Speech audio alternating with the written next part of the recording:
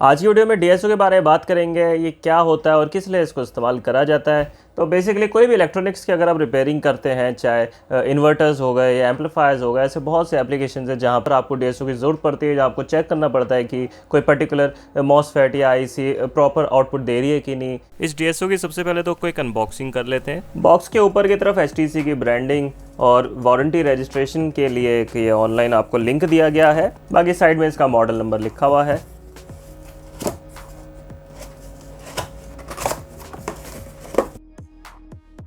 DSO के साथ ये सारी चीज़ें आपको मिलती है। सबसे पहले इसका कैलिब्रेशन सर्टिफिकेट, ये यूज़र्स मैनुअल और एक पैम्पलेट में इनके और भी प्रिसीजन टूल्स की आपको जानकारी मिल जाती है। एक 5 वोल्ट्स 2 एम्पियर का पावर अडेप्टर, इसको पावर देने के लिए एक पावर केबल, कंप्यूटर या लैपटॉप से ऑसिलोस्कोप को कनेक्ट करने के लिए एक यूएसबी केबल, 2 प्रोब्स और एक एलिगेटर क्लिप्स का सेट मिल जाता है। ऑसिलोस्कोप की बैक साइड पे इसका सीरियल नंबर लिखा हुआ है और ये इसके स्पेसिफिकेशंस भी दी गई है। 100 मेगाहर्ट्ज की इसकी बैंडविड्थ है और सैम्पलिंग रेट 1 गीगा सैंपल्स पर सेकंड। 2 चैनल्स को सपोर्ट करता है। स्क्रीन का ये रेजोल्यूशन है और सबसे बड़ी बात इस ऑसिलोस्कोप की है कि इसके अंदर सिग्नल जनरेटर है और 14 टाइप्स के वेव फॉर्म्स आप इससे जनरेट कर सकते हैं।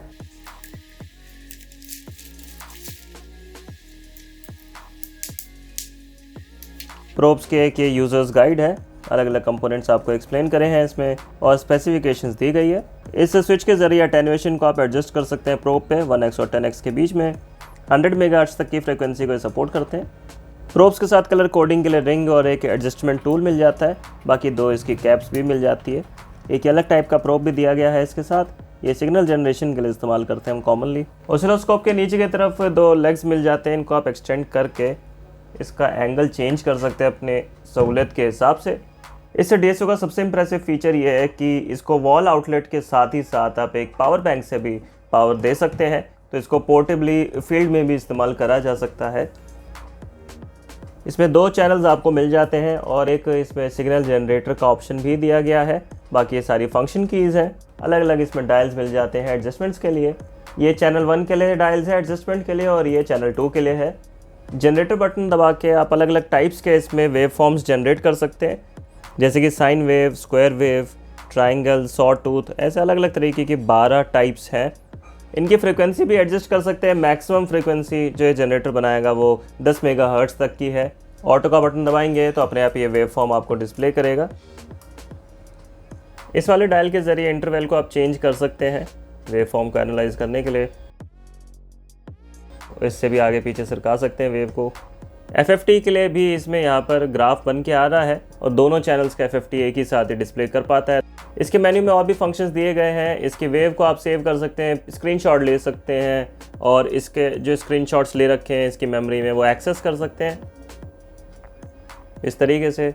और इन्हीं वेव फॉर्म्स को आप अपने कंप्यूटर पे भी एक्सेस कर सकते हैं USB केबल कनेक्ट करके। राइट साइड में जो पैरामीटर्स आप सेलेक्ट करेंगे वो ये डिस्प्ले करता है स्क्रीन पे और पैरामीटर चेंज करने के लिए ये सारे आपको ये ऑप्शंस मिल जाते हैं। इसका डायल रोटेट करके जो भी आप पैरामीटर स्क्रीन पे देखना चाहते हैं उसको सेलेक्ट करके ओके कर सकते हैं, तो वही पैरामीटर ये आपको यहाँ पर डिस्प्ले करने लगेगा। रन और स्टॉप के बटन को दबा के इसकी वेव फॉर्म को आप पॉज कर सकते हैं और बाकी बटन्स आपको ट्रिगर के मोड को सेट करने के लिए मिल जाते हैं। हाई वोल्टेज पे काम करने के लिए 100x प्रोब्स की आपको ज़रूरत पड़ेगी। ये अलग से आप HTC से ले सकते हैं। मेरे केस में एक SMPS को चेक करने के लिए मैं इसका इस्तेमाल करूँगा।